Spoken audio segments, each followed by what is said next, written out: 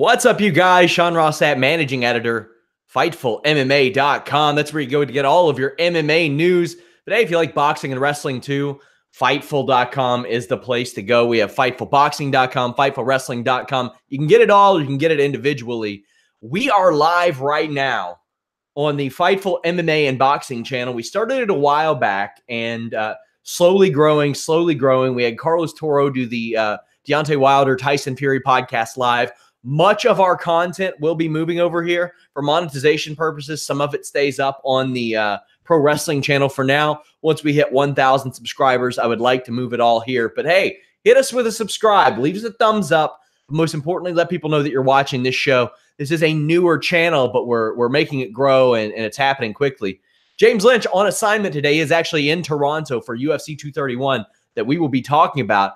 But we're talking to another guy who's in Toronto right now for different reasons, living life, existing as a human being. Showdown Joe Ferraro, and boy, are we going to get his expertise tonight. Joe, what's going on, man?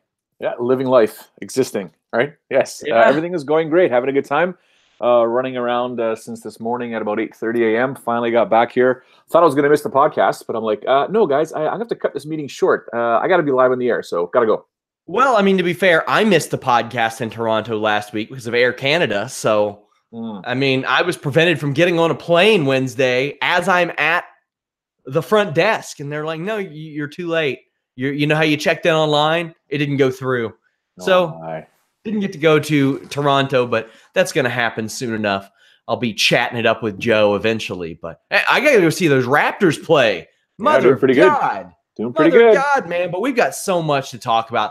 There were 4 Bellator and UFC events this weekend. Not only that, KSW had a slapper.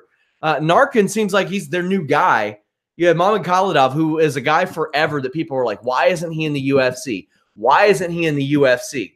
Well, now he's 38. We start to see that downturn. We have results up on FightfulMMA.com. But it looks like KSW may have a new face of their promotion, Joe. Yeah, well, it's pretty impressive. Right? I mean, KSW is one of those promotions that, we've kind of been looking at, or at least I've been looking at with kind of arm's length, but paying attention to what's happening. They've got their, for the most part, they've got their stuff together. It's pretty impressive what they can do out there. Also, they are going out of their way to make themselves known in the States, too. I am all the time getting press releases from them, all the time getting information from them. They are doing their best to make it easy from a media perspective. And that's something I always say, Joe, like, hey, if you want your stuff out there, give us press releases, give us quotes. We'll run them. That's just the way it works. And a lot of these companies have trouble getting in front of audiences. One of those companies has been One Championship, but I get the feeling they might not have as much trouble as they did, say 2 months ago, Joe, because add Sage Northcutt to the list. Sage Northcutt, who Ariel Helwani says the UFC wanted to keep, despite what Dana White said. He said they let him go.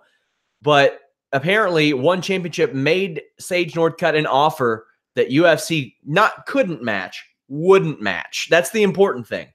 Wouldn't match. Maybe because of the precedent it would set. But Sage Northcutt joins Demetrius Mighty Mouse Johnson, Eddie Alvarez on that one roster. This is a far cry from me saying that I got to pretend to care about them every few months. This is me looking and saying, wow, they're going to have a show. Maybe they might have 6 shows a year that I pay attention to now. Yeah, depending on who's competing. But of course, it's one of those things where I think the landscape is slightly changing. We'll see what's going to happen with the ESPN deal in 2019. But I'm getting a sense that there's different sort of things that are changing, especially with the flyweight division. And kudos to Joseph Benavidez, who we'll talk about in a moment for his post-fight interview. But the landscape is slightly changing. People are starting to move around, and then in doing so, it's something that you and I have discussed at length. The roster for the UFC, in my opinion, should get slashed a little bit, which will then afford opportunities for other fighters to get work elsewhere, and it'll raise the level of other promotions in hopes that they can pay these fighters what they're worth, is one thing. But yeah, I think the landscape in MMA in terms of rosters and fighters and where they're going to be over the next 3 to 6 months is going to be interesting to see. Yeah, I like the signing of Sage Northcutt. He is a young fighter. with a lot of upside and potential. I saw this moronic article. I can't remember who posted it. It said the downfall of Sage Northcutt is something to behold. And I'm thinking, hold up, Playboy. 22 years old, 6-2 in the UFC after jumping back and forth between weight divisions. Won his last 3 fights, getting the biggest contract of his life already when he was already making well above 6 figures to win a fight in the UFC. You know, I'm not opposed to MMA getting covered by the mainstream, but man, I don't know how many people I've had to look at and see and say, no, I mean, there are times I don't get it, but man, these people really don't get it, Joe. Yeah, it is one of those things where, you know, the way the landscape, of course, is when it comes to mainstream viewers, mainstream media, those within the bubble. It's. Yeah, I say it all the time, and sometimes I'm assuming that you get tired of hearing me say it, but I don't lose sleep over half of the stuff that I read online. I don't really read that much anymore, but I don't lose sleep over any of the stuff that I see.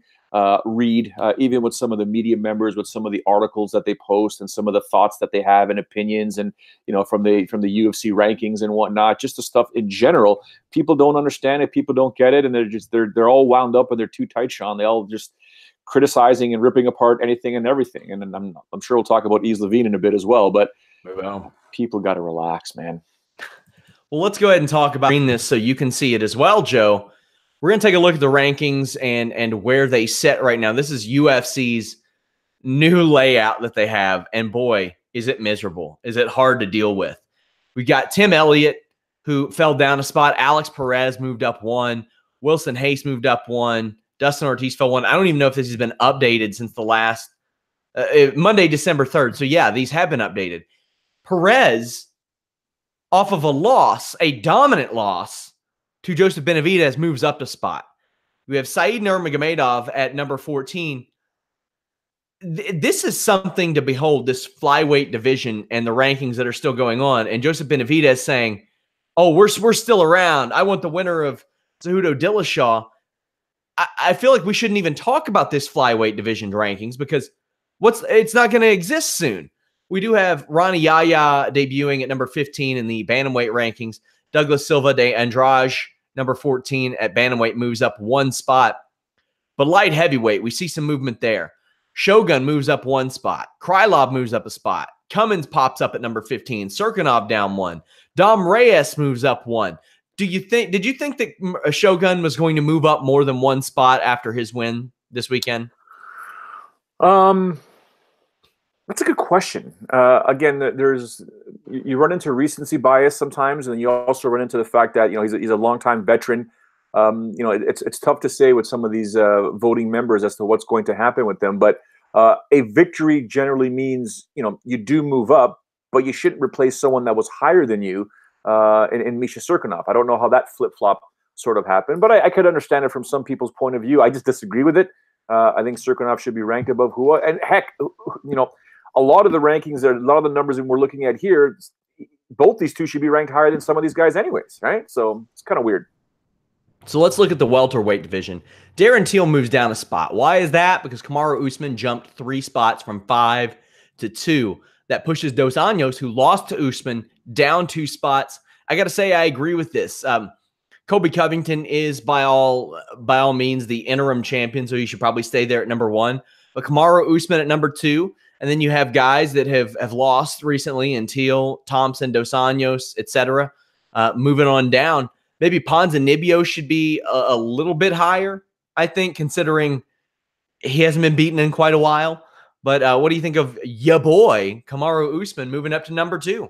Hopefully I get to see him in Kazakhstan in a couple of weeks. I'm not sure if he's working the show at all, but obviously impressed with the performance. Did what he had to do to emerge victorious. 5 rounds, 25-minute yeoman's work. Did a really good job. And yeah, I do agree 100% with where he's placed in the rankings right now. I'll only agree 100%, if Covington gets the next title shot, right? Because Covington, if he's the interim champ, has to get the next title shot. And what sucks for Kamaru is he's going to have to wait to potentially face the winner of Woodley and Covington, or maybe have to fight again, which would suck for him, but we'll see. Now, the fortunate thing about that is that fight's happening next month, supposedly. So we hear. That's what Dan Lambert claims. He claims they're targeting that fight. He told Fightful exclusively. that they're targeting that fight for next month. Let's take a look at some of the others. Really, the only other movement, and this is a big one, Joe, Justin Willis from essentially, I think 15, maybe. I don't even know if he was ranked, up to number 9. And the reason why this leap is even bigger, and we have a Blagoy Ivanov who went from losing to being in the top 15, is because Mark Hunt's contract is up. We'll talk about Mark Hunt in a bit. But Justin Willis, with quite frankly, an uneventful win, moves up big time. Meanwhile, Junior Dos Santos doesn't move at all with his win. Well, what do you think about that? It's definitely a tad strange on both occasions, only because, Justin Willis, he took out Mark Hunt, which says a lot. But again, it was an uneventful performance. I get the W does good for you in terms of the rankings, but there's also a performance base that you need to look at when you're doing these rankings in terms of quality of content when you're watching somebody fight. It's a very strange move from 15 to 9. Mark Hunt, although retired or is gone, contract is up. It's a strange scenario. In terms of Junior Dos Santos, he took out what many people believe is one of the future studs and stars in this division, and he did so after getting rocked and putting on a fantastic performance. So I'm hoping that Alistair Overeem rematch takes place. We'll see what happens, but it's tough to say because Blades losing the way he lost to Ngannou. The heavyweight rankings kind of make sense at the top, but there could be a little bit more motion or movement with some of those rankings.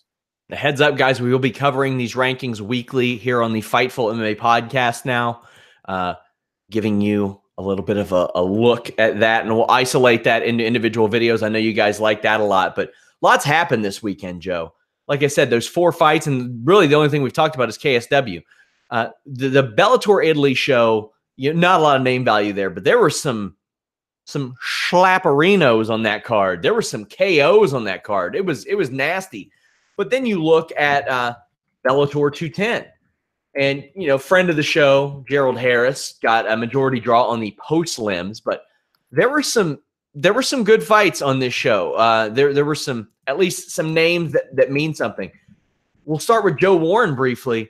Got beat with the quickness on the prelims, and we questioned, well, why isn't he on the main card? Well, we found out he got beat really quickly. Meanwhile, Joe Schilling, who I still don't know why wasn't on the main card, manhandled Will Morris. You had Goiti Yamuchi defeating Daniel Weichel. That is a big win for Yamuchi, and I think we all kind of predicted him to win that as well. Chris Honeycutt gets beat by split decision, but quite frankly, I think he won that fight. Dave Rickles looked good against Guilherme Vasconcelos. We had Christina Williams winning. Juan Archuleta continues to win, although none of those fights were outstanding. John Salter gets a win over a guy that Bellator loves in Chidi Njokuani. What stood out the most to you on this Bellator 210 show?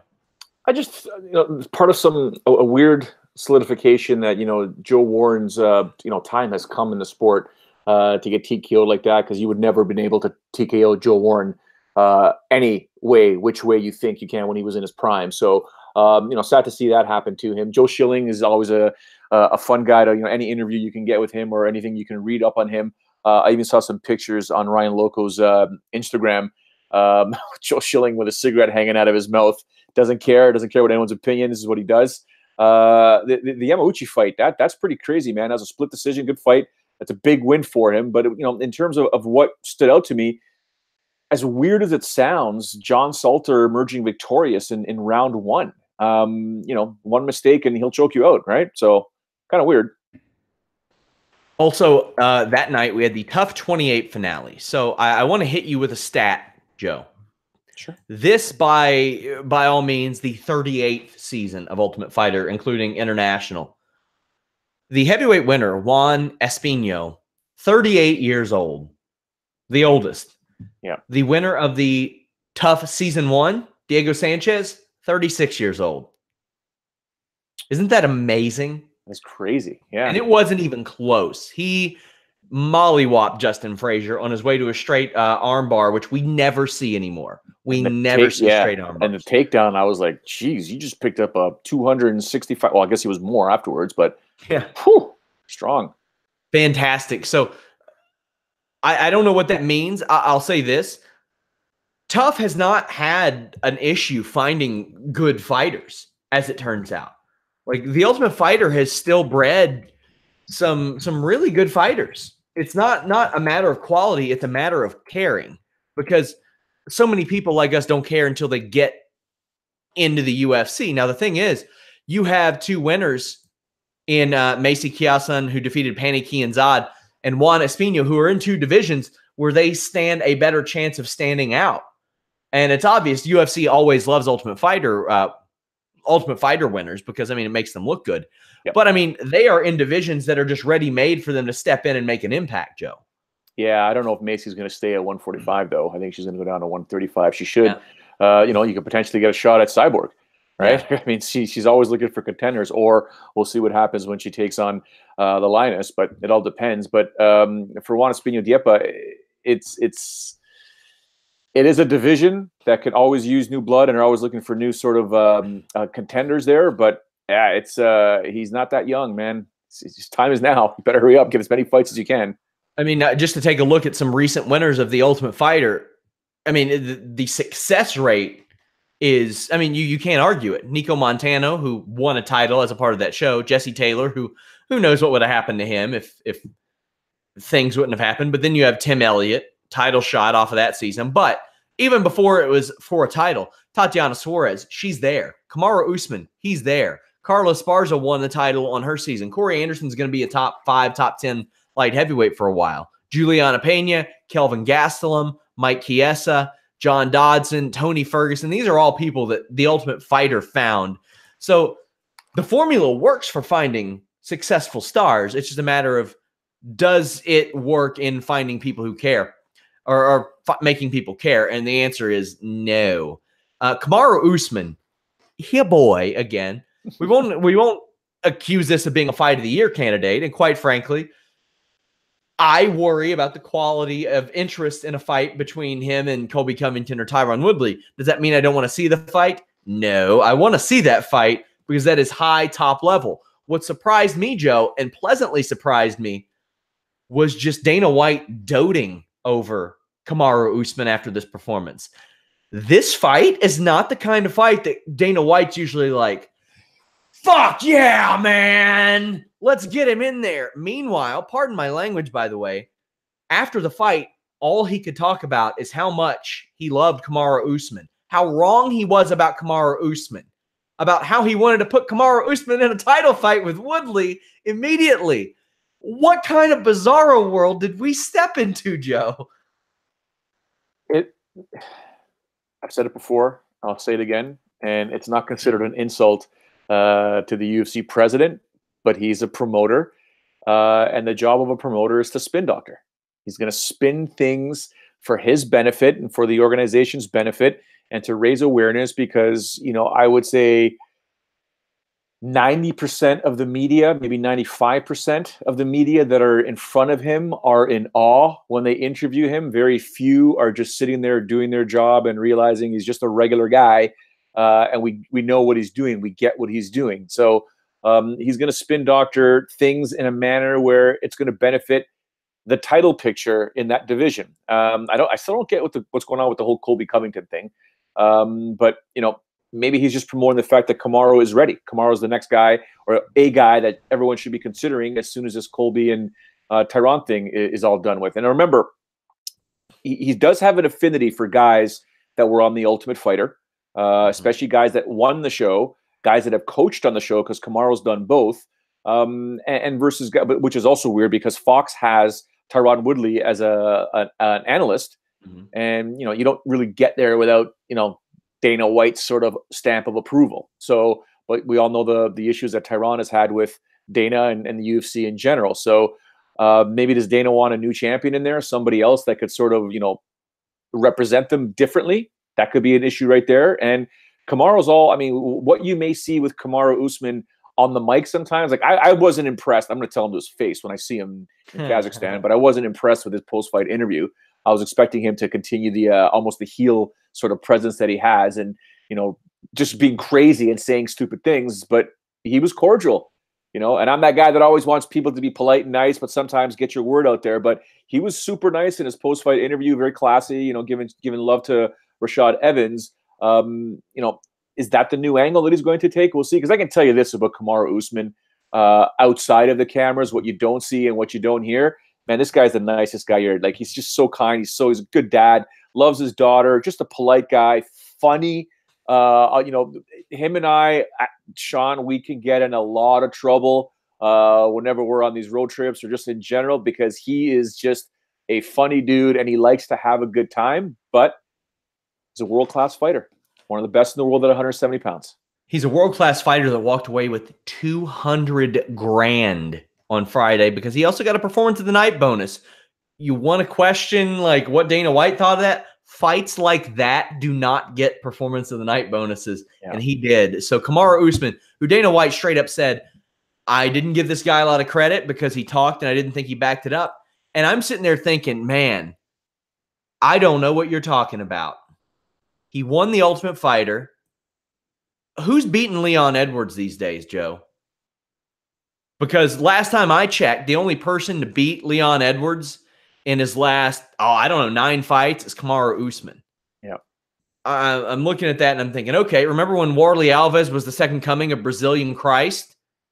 And they had to get him a rebound fight? Well, Kamaru Usman put an end to that. That was a quick fight. Do you know what the worst part of Kamaru winning 200K is? What? It's still my turn to buy dinner. Oh, man. So, I mean, if anyone can on the live chat or wants to hit me up on social media, how am I going to negotiate this that he should be paying since he got 200K? It ain't going to happen. It's going to be me. How about when Emal Weber-Meek, Valhalla came in, he knocked out Paul Harris. They signed him. He won his first fight. They lined him up again finally after his time off. Usman put him to bed. Like, just nothing. Think about it, Kamaru, and it's, I think we've talked about Elias Theodorou sometimes like this as well, but with Kamaru Usman, he's a cerebral fighter, and he sticks to his game plan, which is always a fantastic game plan. It may not be pleasing to the eye, but for his purposes right now, he is moving up the rankings, getting closer to that title shot, and I don't see him changing should he ever become the champion, because the bottom line is, once you're the champion, people don't realize this, and this is something George St. Pierre told me all the time. George would try and go in there and finish fights. People can say whatever they want. Go watch his fights properly. He tried to finish fights, but he wasn't going to take risks to lose being the champion, because life changes when you're the champion, especially financially. So don't think Kamaru Usman is going to change. He will try and always go for the finish. He was throwing some bombs against Rafael dos Anjos, but if it doesn't come, he will back off a little bit and ensure he doesn't, blow out his V2 mat or blow out his energy to the point where he's not able to compete if there's 3.5 minutes left. So pay attention to when Kamaru competes, guys. Beat Sergio Moraes, only person to do that in his last 10 fights. Kamaru Usman's, he's the real deal, and I don't know why it took Dana White so long to see that. Let's talk about this Joseph Benavidez Alex Perez fight. Benavidez beat him twice, and he was a good sport about it. But Yves Lavigne stepped in, and it was very similar, but more brutal than the Uriah Faber, Renan Barão situation, where I do believe that Uriah Faber, maybe that was stopped a little bit early, a little premature. These punches were more accurate. They were there. Benavidez wasn't trying to like sell it to the ref like Barão was back then. Yves Lavigne steps in and physically touches these two guys, then lets the fight continue to the point to where Benavidez walked off. What was your reaction to this, and how do you feel about it? Stunned. I was just stunned. And it's tough to talk about, someone that I know very well. I consider a friend, but it was an error in judgment, brain cramp, a complete and utter, what just happened? No, stop it. And, I don't know exactly, I can only think that it was a brain cramp at that very moment. He went in. I thought he was trying to stop the fight to warn Joseph Benavidez about the punches to the top of the head or the back of the head. I thought that's what he was doing, but Joseph was raining down some punches that by the time Yves reacted to do that, he had already been landing punches to Perez's, face, where the legal zone of the face to strike. So when Yves went in there, I thought, okay, you know what? It's either one of two things. He's stopping the fight or he's giving the warning. Well, he did go in there and nothing came of it. And Joseph basically removed himself from a dominant fight finishing position. and then was lucky enough to, because that fight could have went either way. Like one good punch by Perez, and Benavidez could have been in big trouble, and then that would have been an even worse controversy for Yves Lavigne. But the right person won that evening. So thankfully for Yves, people will hopefully eventually forget about the mental error. But I do want to take stock with Jimmy Smith's comments about it. Live on the air, it's like, dude, you can't be. In my opinion, you can voice your displeasure about something. You can voice anything you like, but don't take shots at somebody, because you are a broadcaster, and anything you say can be ripped apart by millions of people as well. I've done shows myself where I'm like, what did I just say? What an idiot I am, right? And I know I'm going to get blasted. Thankfully, I'm not on that level where that many people are watching that I get blasted, but you can't sit there and do that, because you're not perfect, my friend. Like Jimmy Smith is just ridiculous. Like, he's awesome. Let's not kid ourselves. I was not that big of a fan when he was in Bellator, but he got so much better, and now he's with the UFC. The guy is on point. He's really, really good, but is he perfect? No. So in that type of situation, don't throw rocks at glass houses, man. You got to be careful. We had UFC Adelaide, a decision-filled prelim card, but the main card had some good stuff on it. You had Anthony Rocco Martin defeating Jake Matthews by anaconda choke, and he needed to. He was down 2-0. The thing that stood out the most to me was Sodiq Yusuff. I think I'm pronouncing that right. Yep, Sodiq. And his TKO win over Suman Mokhtarian. I thought it was a good call, personally. When you land 15 to 20 unanswered shots and the person's doing this, I think it's a fair stoppage, but I want to know what you think before we get into the post-fight. Listen, man, Sodiq Yusuff is a bad dude. I called his fight against Luis Gomez, the title fight, and Luis Gomez beat him, like shoulder through him, and Sadiq's face hit the mat, game over. But what I saw in the 4 minutes and change from Sadiq, I said, this guy has got all the skills in the world to not only become the Titan FC champion, but get to the UFC one day. Now that he's there, rest assured, this guy here has got some skills. He's got some power. And I can tell you this, Luis Gomez is probably ticked off because he ended up losing the title afterwards. But he would like to some way, somehow get into the UFC by that manner, because, he's got a victory over a UFC guy now. He lost to Jason Suarez afterwards. But, man, John, Sodiq Yusuff is a bad dude. He's got some skills, man. His post-fight speech was downright emotional. Yeah. And he did get a bonus, and I'm glad he did. He revealed that 1 week ago his older brother passed away. Mm-hmm. And he said that he didn't tell anybody. His coaches saw him crying on the treadmill. Man, this is heartbreaking. Like, we've heard this before. I mentioned Gerald Harris's name earlier. Gerald Harris went through a similar situation in the early days of his career, where his brother died in a motorcycle accident, and he fought a few days later.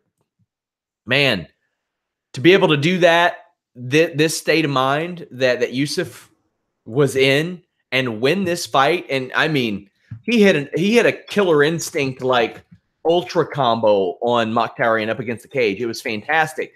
Going overseas to Australia and handling business. And tell me what you thought of this, and just what he was going through. It's unbelievable. I cannot imagine what he went through. I do have a similar story with Mark Hominick. Mark Hominick and I were doing an appearance as part of a golf event, and we were paired up in separate foursomes in terms of shooting the 18 holes. And in the morning we were warming up before our first hole, and he steps away to take a phone call. And he comes back, and I'm in one of those moods, like, Mark and I will joke around, and, whether it's Stout or Hordesky, the goal is to rip apart Showdown Joe. That's just how it is. And then Mark comes back, and he's just, I kind of didn't really notice anything change with him, but he came back, continued to warm up. We played the rest of the hole. We had the Sportsnet camera crew, Sean. Mark said this about you. What do you have to say? That I'm taking shots at him. I think it was a Hatsuki Yoki joke I threw his way. And then they went back to him, and we were going taking shots back and forth. And then the day was over, and we go back into the clubhouse getting ready for the dinner. I just kind of saw him in a bit of a daze. And then he just looked over at me, and it wasn't even like a polite thing. He just looked at me. He goes, "I got to talk to you." Like, oh, Jesus. Okay. And we step outside. He goes, I don't know how else to tell you this. He goes, but Sean Tompkins died. I was like, what? And he said, when? He goes, last night. And that was the call I got this morning. I'm like, dude, why did you stay? Why didn't you go home? He's like, no, I got to honor my commitment. That's what I'm here for. Blah, blah, blah. I said, get out. Get out. I will deal with everything.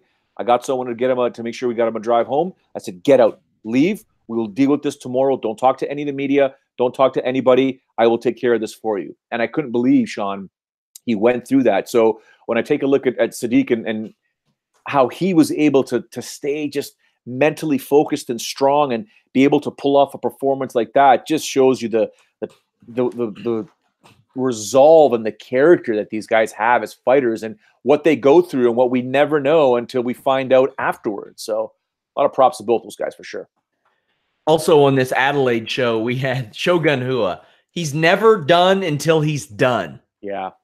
Going zombie mode, coming back against Tyson Pedro. And that's what Shogun Rua does, man. He's done it for a long time. You never know that he's out until that final bell rings or until that referee separates them.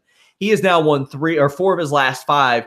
If he had just, I think, quite frankly, had he just not fought Anthony Smith, not even just not lost, just not fought him, he might be in line for a title shot. And he is in that discussion, in my estimation. He is a guy that if I were the UFC, I'd be like, hey, listen, if you want to make weight at the end of December, because I don't know if Anthony Smith is or not. I don't know if he's on standby. If you can get cleared, somebody pulls out of this fight, maybe slide you in there. Shogun is just that type of guy that you can put into an emergency situation like this, but he was in an emergency situation of his own, came back and flattened Tyson Pedro, relied on his grappling and got this victory. Good stuff, Joe. So, when you watch a guy like Shogun fight, you're always paying attention to, okay, this thing could end very, very quickly and not necessarily in favor of Shogun because, he takes some punches and, we saw in the Anthony Smith fight, it could be lights out real quick. And he took some punches from Tyson Pedro and it was almost lights out. I thought, yeah, well, this is it. First round stoppage, Tyson Pedro. Hopefully Mauricio, hangs up his gloves if this thing comes to an end. And holy smokes, it continued to move on and go and go and go. And next thing you know, it was Tyson that ends up having I think it was the ankle injury or the knee injury. And Mauricio's like, I don't care. I got to win this fight, man. My face is messed up. And he went in there and did his thing, man. Like nothing will ever compare to his first fight with Dan Henderson, although the second one was great too. But that first fight with Dan Henderson just shows you what type of a fighter Shogun is. And it's just vintage because, I look at, as crazy as it sounds, I look at Shogun and the way he still dresses in the tight shorts. It's just no different than, us older guys walking around coming out of the shower and we got our boxer briefs on. And it's like, I got that dad bod and Shogun's no longer ripped before. But he's going out there and he's fighting these guys that are like almost half his age and he's pulling off these victories. It just puts a huge smile on my face. So we'll see what happens. He said in the post-fight interview, Sean, that, one more fight and then I'm getting my title shot. You know what? I think it'd be great. I don't know if I'd want to see him fight any one of those guys in the top 3 or 4, but if that's the goodbye that we get with Shogun Rua, so be it. Get her done. It was fantastic. It made me so happy to see that. Again, Mark Hunt didn't have the best performance. And I saw a lot of people saying, oh, it's time for him to hang it up. It's time for him to retire. No, he's going to make 6 figures somewhere to do exactly what he's doing now. I know Rizin has interest in him, Joe.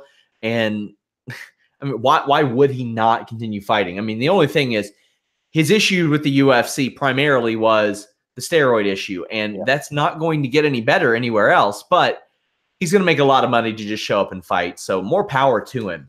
He's not getting knocked out. So yeah. It'd be interesting to see if he actually does go to Rizin. I mean, my recollection of Mark Hunt every time I had a chance to interview him back in the day was, he's a very spiritual guy. I like the intro that they had for both him and Tai Tuivasa.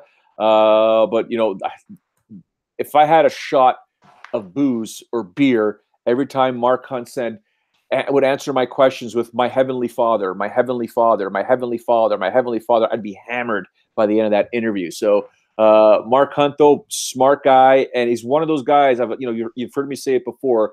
Some of these guys operate at a different frequency.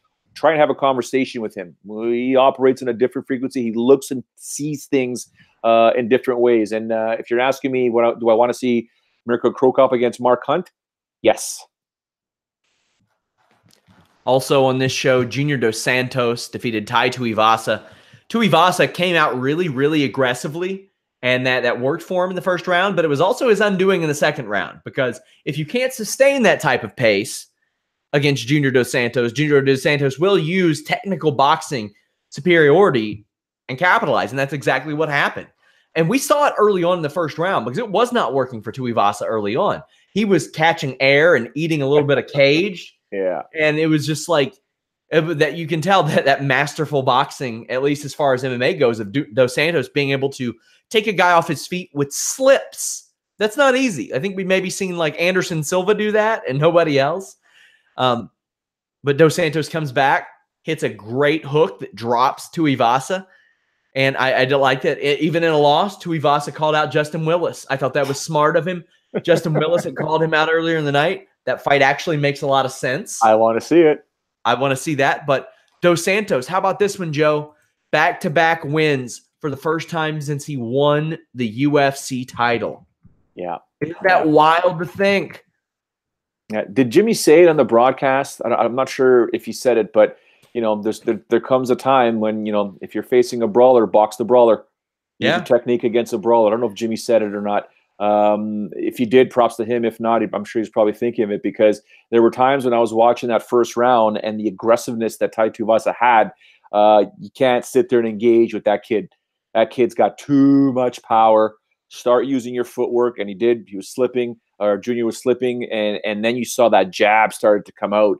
And that's an ugly jab, ladies and gentlemen, because I've been on the front. I've been on the end of that jab, not being struck in the face, but doing some stuff with Junior back in the day. And we did some measurements and comparisons about, my massive 5'7" frame compared to his. And I'm telling you, man, when he flicks out that jab, Sean, you see this cinder block coming to your skull and back. That dude can flip it out. He's way better now than he was before back then.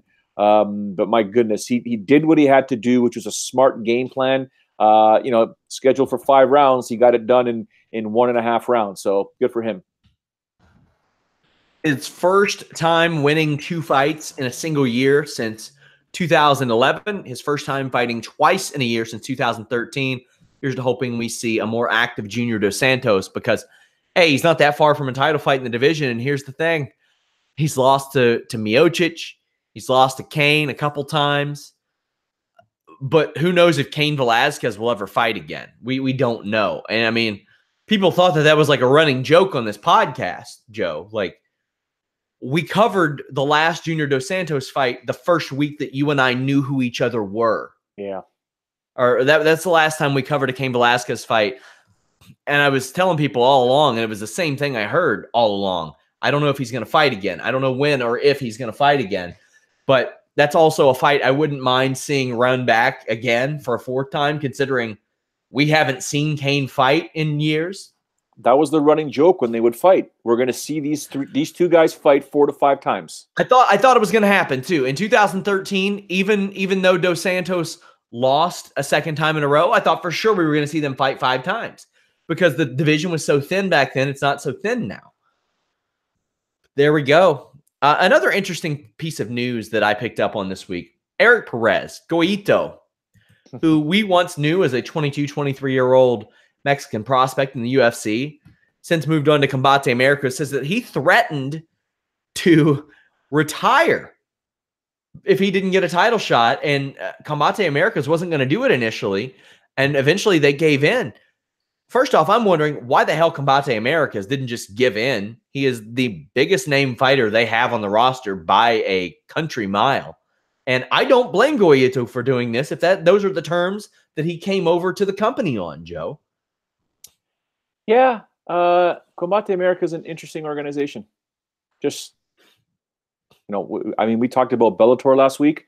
Combate is interesting. Let's just say that. Very, very, they do strange things sometimes, but ain't my company. When I look at that, I'm like, why do you pass it up? You could use any publicity that you can get. And for Eric Perez, he's a former successful UFC fighter who we thought they were going to build the Mexican market around. They didn't. He left the fight on a 3-fight win, or left the company on a 3-fight winning streak. Showed up in Combate in April after like a year and a half off. Won his first fight. Man, I don't get why they. I just don't get why they hesitated. That's such a weird thing. So odd. But hey, there's a reason why Combate Americas is Combate Americas, and they're not above what they should be. Speaking of not being above what it should be, rumors of the Liddell Ortiz buys being between 25,000 to 30,000. Tito Ortiz says that if they didn't sell at least 200, they had no business being in the business. Well, they were far below that, Joe. Yeah. It just, I mean, I wish we could get some demographics as to who bought it and the type of fan that did buy it. But yeah, that is low. If the figure that Chuck Liddell put out there is true, that he gets $10 per buy, that's still an extra $250,000 for him. But it's a payday. Not the type of payday that I think he was expecting or that Tito was expecting to come out of retirement. Because quite honestly, if you're looking for $500,000, Bellator is probably going to do that for you. Yeah. Ryzen probably could have done that for you. One championship probably could have done that for you.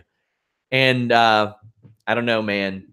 I guess it's better to get knocked out on American soil than on Asian soil and have to fly back, though. But those pay-per-view buys surprise you at all? Yeah, a little bit. I was kind of saying they might be kissing just about 100,000, a little under 100,000, not that low. I mean, that's very, very low. Leads me to believe that, can you and I put something together to do 25,000 buys? We could make some pretty good money. I don't know. Yeah, I don't know. I've got some connections. Now, if we're talking MMA, no. No, roughly. Not.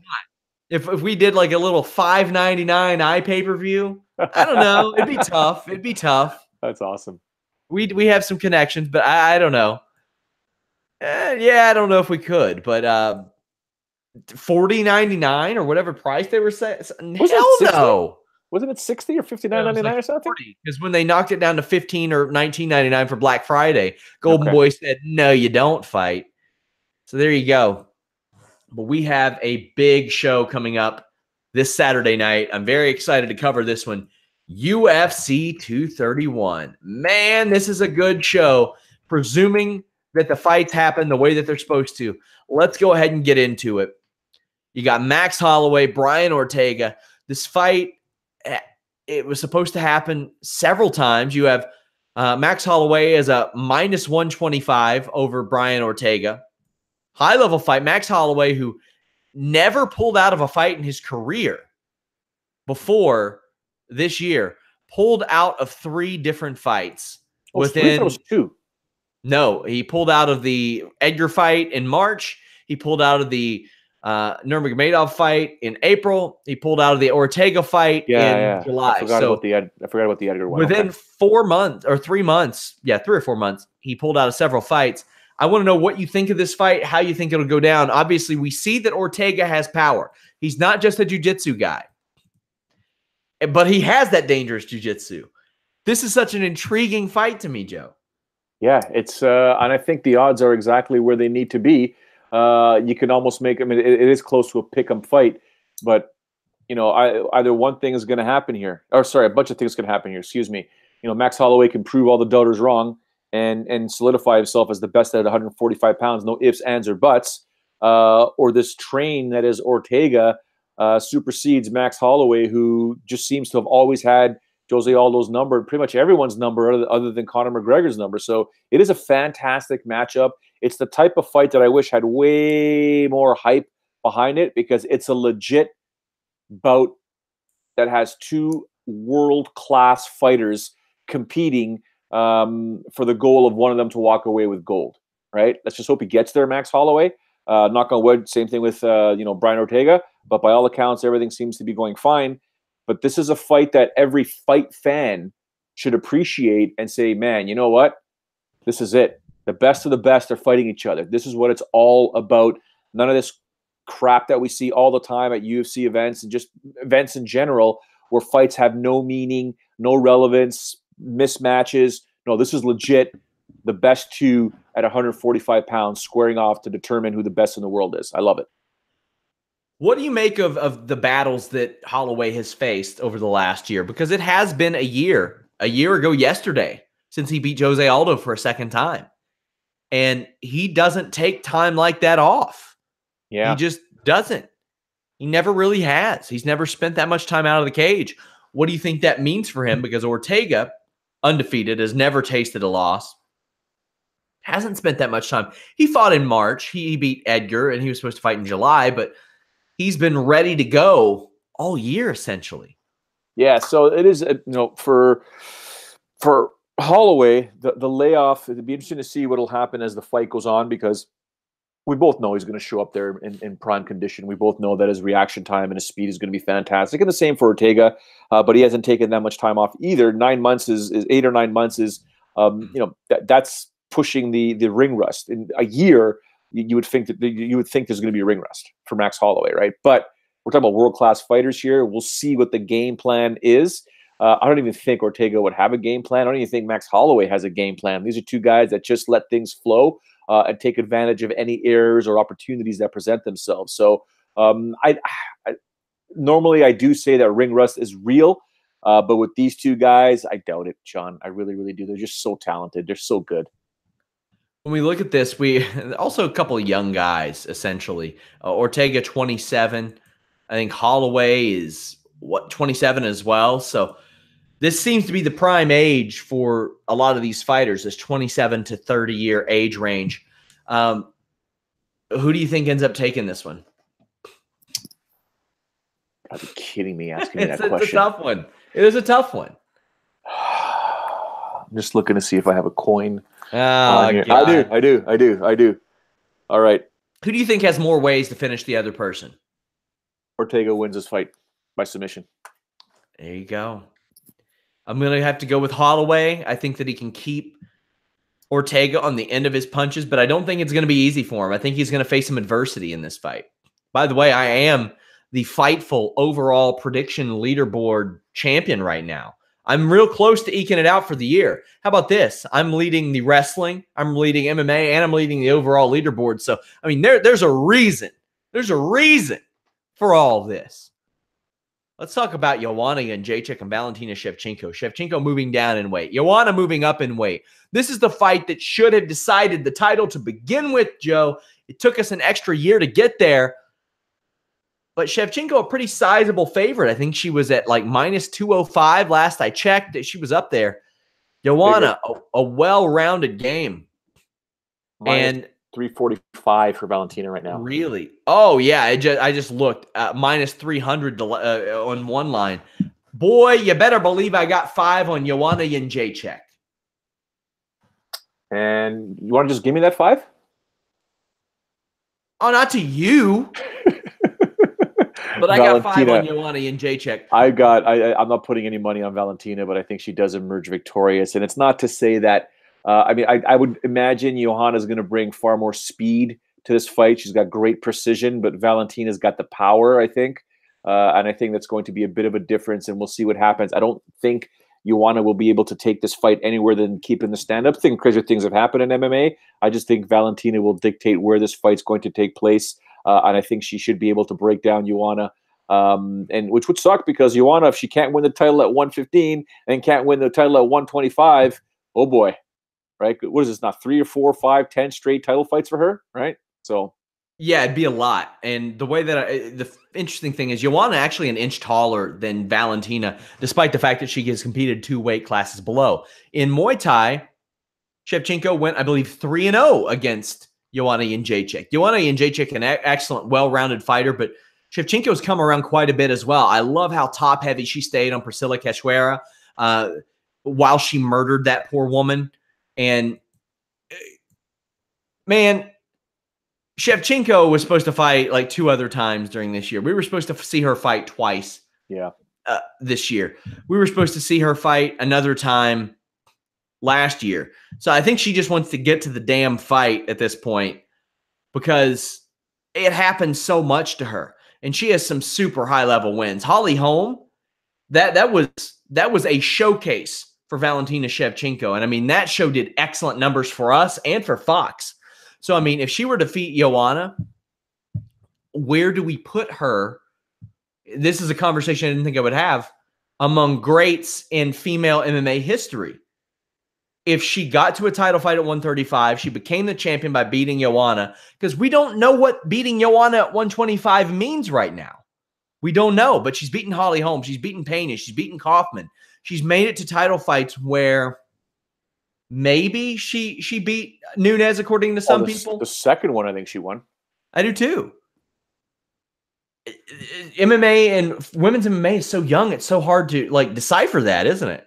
Yeah. I mean, in terms of where do we put Valentina after this?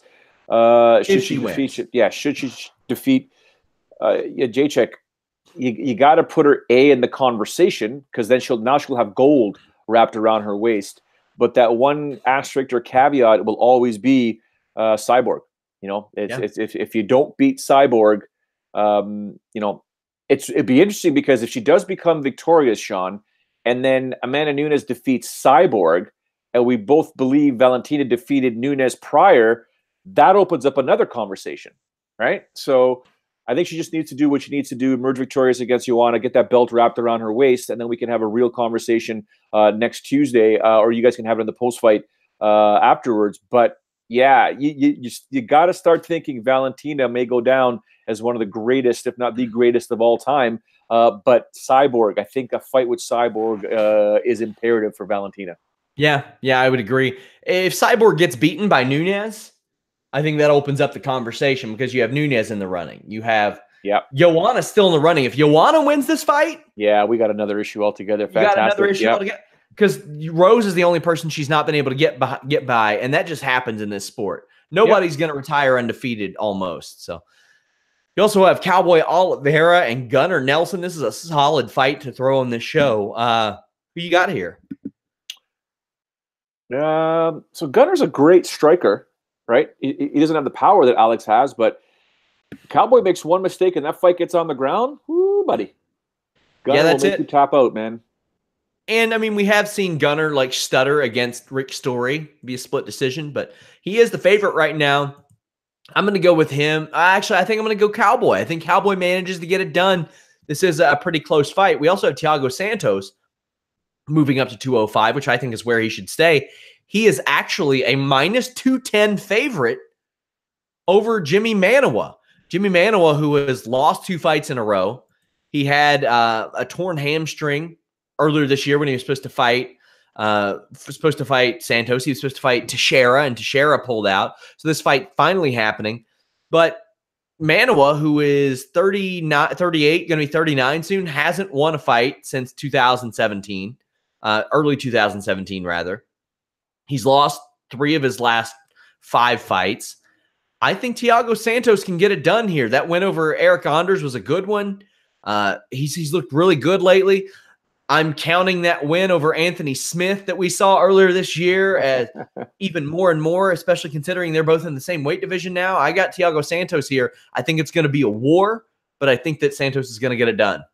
Yeah, I think that's a correct assessment. I mean, it's not that the mighty have fallen in Jimmy Manuwa, but I mean, opening up these odds the way they did and the way the public has reacted, there's a lot of love behind Thiago Santos. So I think he does pull this off. But like you said, I don't think it's going to be easy. I don't think you can really finish off Jimmy Manuwa that quick. It's very, very rare that happens. So expect this bout that kicks off the main card to be a leather bomb fest, to say the least.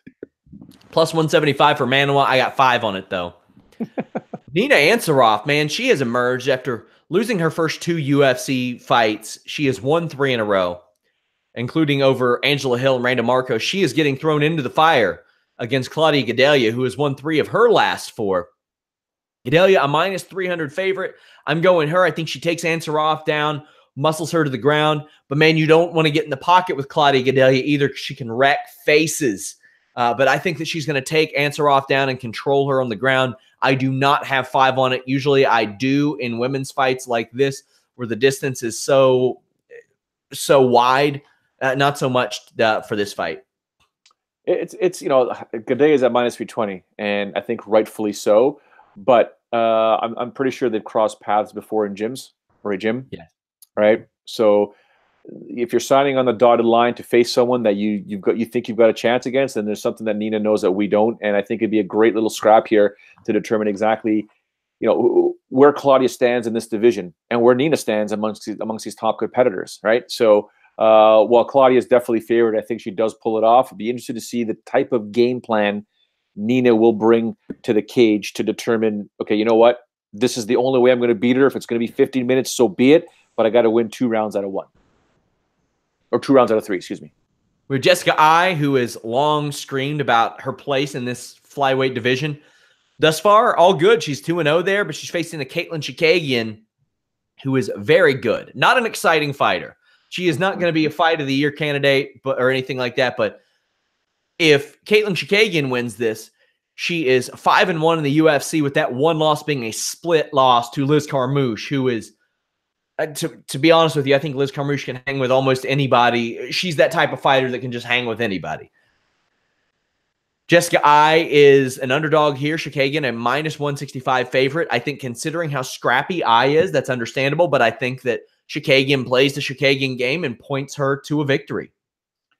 Yeah, I mean, the last time these two finished anyone was a very long time ago. Youth factor goes to Katlyn at 29 years old. So, and she's a brown belt under Renzo. So, got to give her some love on that. Katlyn Chookagian did stop Robbie Fox of Barstool Sports when they filmed a segment. He tried to scale the cage and leave, and she actually kicked him in the face and finished him. But other than that, it's been like 6 fights ago for her. And yeah, it's been a while. For Jessica Eye, I mean, besides the ear stoppage, that was 2014. But I got Chookagian there. Eric Anders, it's just really, this is really confusing because it's Eric, ya boy Anders against ya boy, Elias Theodorou. Meanwhile, your boy is given the predictions here. I don't know what to do. I mean, I assume that if Elias wins this, he has a Fightful alumni. He's fighting for my nickname here. I got shirts, man. I got shirts. So Eric Anders is a minus 125 favorite against Elias. But, man, Elias has a way of taking everybody out of their game. This is a super intriguing fight to me. If Anders can be aggressive, I think he beats Elias. But if he falls into Elias manipulating the game plan, I think Elias is getting the win here because Elias can make it ugly. When people get inside on him, he like throws back fists that don't make any sense. But then he wins fights. Yeah. I'm not going to pick against Elias. We all know that. So I'm going to go with Elias to pull off, to win at least 2 rounds to 1. I think round 1 will be the feel out round. I can't see him giving up too much in that round there, unless like you said, Eric gets aggressive. I look for Elias to pick up the pace in round number 2, and then in typical Elias fashion, we find him in trouble in round number 3, and then it's up to the judges to determine if he scored or won rounds 1 and 2 versus losing round 3. So we'll see. There are some interesting fights on this card. Bochniak, Duadu, Gilbert Burns, Olivier Aubin-Mercier. You have Rakic against Devin Clark. Any of the young fighters at 205 interest me. Matt Lopez moving up to bantamweight to fight Brad Katona. Tough winner. You have Chad Laprise and Diego Lima. And then you have Carlos Diego Ferreira against Jesse Ronson. Anything about those fights stand out to you as we wrap up? Yeah, I mean, I know Ronson and Laprise pretty well. I think Laprise emerges victorious, and I think Ronson's going to have a very, very difficult time. I also know Olivier Aubin-Mercier, but Gilbert Burns is not going to allow him. What do you do, Olivier? You're not going to take Gilbert Burns' back and choke him out, so you're in for a fight. That's for sure. So I'm obviously paying very close attention to those 3 Canadians.